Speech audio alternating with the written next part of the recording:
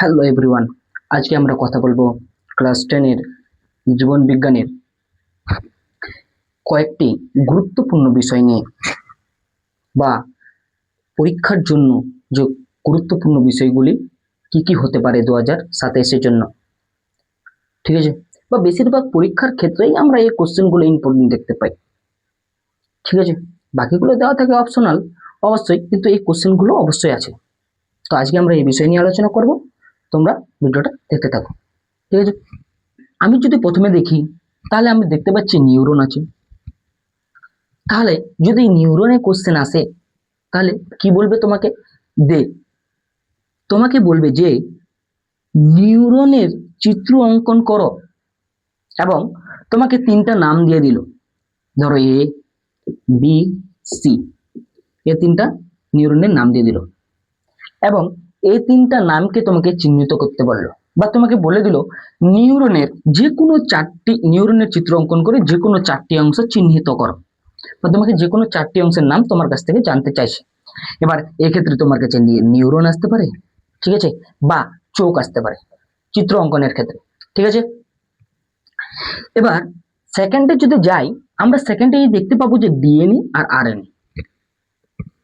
তাহলে এখানে আমাকে ডিএনএ এর গঠন লিখতে বলবে না, গঠন অঙ্কন করতে বলবে না, বা আরএনএ এর গঠন অঙ্কন করতে বলবে না, বলবে ডিএনএ ও আরএনএ এর মানে বৈশিষ্ট্যগুলি কি কি, বা ডিএনএ আর আরএনএ এর গঠন চিত্র অঙ্কন করতে বলবে না, ডিএনএ আরএনএ এর গঠনগুলি লেখো, বা ডিএনএ আরএনএ এর পার্থক্য কি। তাহলে আমি যদি ডিএনএ বা আরএনএ এর মধ্যে যদি বা যে কোনো মানে ডিএনএ আরএনএ যদি আমি করে রাখি, তাহলে আমার কি অসুবিধা হবে না, আমি এটাকে কোশ্চেনে অবশ্যই পেয়ে যাব। ঠিক আছে, এবার মাইটোসিস আর মিওসিস, সেম তোমাকে মাইটোসিসটা আলাদা করে কোশ্চেন করতে পারে, মিওসিসটা তোমাকে আলাদা করে কোশ্চেন করতে পারে। এবার তুমি যদি দুটো পড়ে রাখো, তুমি তাহলে যে কোনো কোশ্চেনই করতে পারবে, আর তার মধ্যে বলবে যে মাইটোসিস ও মিওসিসের পার্থক্যটা তুমি লেখো। ঠিক আছে কিনা? এবার 4 নম্বরে আমি লিখিনি, এবার লিখবো না, এবার তোমাকে আমি বলছি 4 নম্বরে তাহলে একটা ইম্পর্টেন্ট কোশ্চেন কি হতে পারে, এই তোমাদের যে বংশগতিটা আছে, মেন্ডেলের প্রথম সূত্র, মেন্ডেলের দ্বিতীয় সূত্র। ঠিক আছে, এবার মেন্ডেলের যে ওই মানে বংশগতিতে তোমাদের যে অসম্পূর্ণ প্রকরণটা কি, ঠিক আছে, ওটা যদি তোমাকে এমনি দেয় 1 মার্কের যদি দেয় এসকিউতে, তাহলে তোমাকে 1 লাইনে লিখতে হবে অসম্পূর্ণ প্রকরণটা কি। তা এবার যদি তোমাকে 2 মার্ক বা 3 মার্কের দেয়, তাহলে অসম্পূর্ণ প্রকরণটা যদি তোমাকে যে ফিনোটাইপ জিনোটাইপ তোমাকে দেখিয়ে দিতে হবে, মানে করে দেখাতে হবে। ঠিক আছে, ওই ক্ষেত্রে অসম্পূর্ণ প্রকার ফিনোটাইপ জিনোটাইপ ওটা তোমাকে অবশ্যই করতে হবে, যেহেতু তোমাকে 2 মার্কের বা 3 মার্কের দিয়েছে, তাহলে তোমাকে ফিনোটাইপ জিনোটাইপটা তোমাকে দেখাতে হবে। এবার বংশগতিতে তোমাকে ধরো বলে দিল যে মেন্ডেলের প্রথম সূত্রটি লেখো, ঠিক আছে, আর প্রথম সূত্রের ফিনোটাইপ আর জিনোটাইপ দেখাও। এটা বেশিরভাগ ক্ষেত্রে বড় কোশ্চেনই আসে। ঠিক আছে, এরকম করে তোমরা 4, 5, 6, ঠিক আছে কিনা,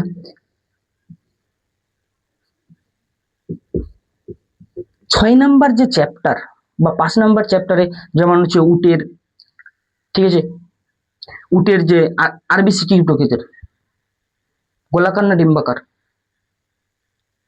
উটের যে আরবিসি, ঠিক আছে, রেড ব্লাড সেল বা আরবিসি যেটা, তো ওটা কি গোলাকার না ডিম্বাকার? এই কোশ্চেনটা আমি তোমাকে দিলাম। ঠিক আছে, তো এবার 6 নম্বরে তোমার 6 নম্বর বা শেষের যদি আমরা চ্যাপ্টার দেখি, তোমার আমাদের হটস্পট আছে, তারপর হচ্ছে রেড ডাটা বুক আছে, গ্রিন ডাটা বুক আছে, তারপর ঠিক আছে না। তো এইভাবে আমাদের কি কোশ্চেনগুলো দিয়ে দিতে পারে। তো এবার যদি ধরো আমরা মানে এরকম যদি না পড়ি, আমরা যদি একদিক থেকে সিরিয়াল পড়ি, ওই ক্ষেত্রে আমাদেরকে এমসিকিউ গুলো কমপ্লিট হয়ে থাকে। এবার আমরা যদি এরকম করে মানে বিছে বিছে পড়ি, তাহলে আমরা কি বলতো যে 70 বা 80-র মতো একটা টার্গেটে পৌঁছে যাই। বেশি কোশ্চেন নেই, কম কোশ্চেন আছে অবশ্য, তুমি যদি পড়তে চাও তাহলে খুবই কম কোশ্চেনে হয়ে যাবে। এবার আমি তোমাকে বলে দিলাম, ঠিক আছে। এবার তোমাদের যদি বায়োলজিতে ক্লাস 10-এ বায়োলজিতে কোনো সমস্যা থাকে, বা যে কোনো সমস্যা তোমার যদি মনে হয় যে এটা আমার সমস্যা রয়েছে, ঠিক আছে, তুমি কমেন্টে জানিয়ে দিও, মানে যে কোনো সমস্যা থাকলে বড় কমেন্টে জানিয়ে দিও।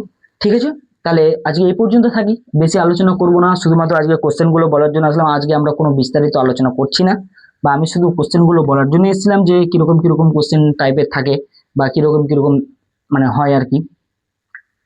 তো এবার যদি তোমাদের কোনো কোশ্চেন জানার ইচ্ছা থাকে বা কোনো বিষয় নিয়ে, কোনো চ্যাপ্টার নিয়ে, তাহলে অবশ্যই কমেন্টে জানিয়ে দিও।